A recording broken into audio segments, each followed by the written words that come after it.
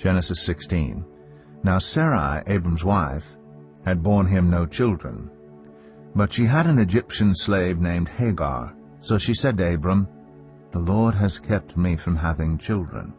Go sleep with my slave. Perhaps I can build a family through her." Abram agreed to what Sarai said. So after Abram had been living in Canaan 10 years, Sarai his wife took her Egyptian slave Hagar and gave her to her husband to be his wife. He slept with Hagar, and she conceived. When she knew she was pregnant, she began to despise her mistress. Then Sarai said to Abram, "You are responsible for the wrong I'm suffering. I put my slave in your arms, and now that she knows she is pregnant, she despises me. May the Lord judge between you and me." "Your slave is in your hands," Abram said.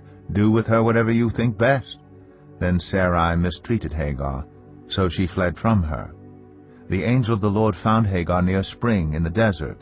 It was the spring that is beside the road to Shur. And he said, "Hagar, slave of Sarai, where have you come from, and where are you going?" "I'm running away from my mistress Sarai," she answered. Then the angel of the Lord told her, "Go back to your mistress and submit to her." The angel added, "I will increase your descendants so much that they will be too numerous to count."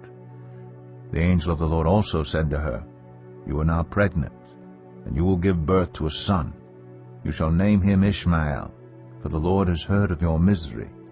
He will be a wild donkey of a man. His hand will be against everyone, and everyone's hand against him, and he will live in hostility toward all his brothers." She gave this name to the Lord who spoke to her.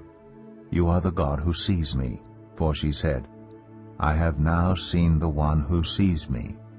That is why the well was called Beer Lahai Roi. It is still there, between Kadesh and Bered. So Hagar bore Abram a son, and Abram gave the name Ishmael to the son she had born. Abram was 86 years old when Hagar bore him Ishmael. Genesis 16.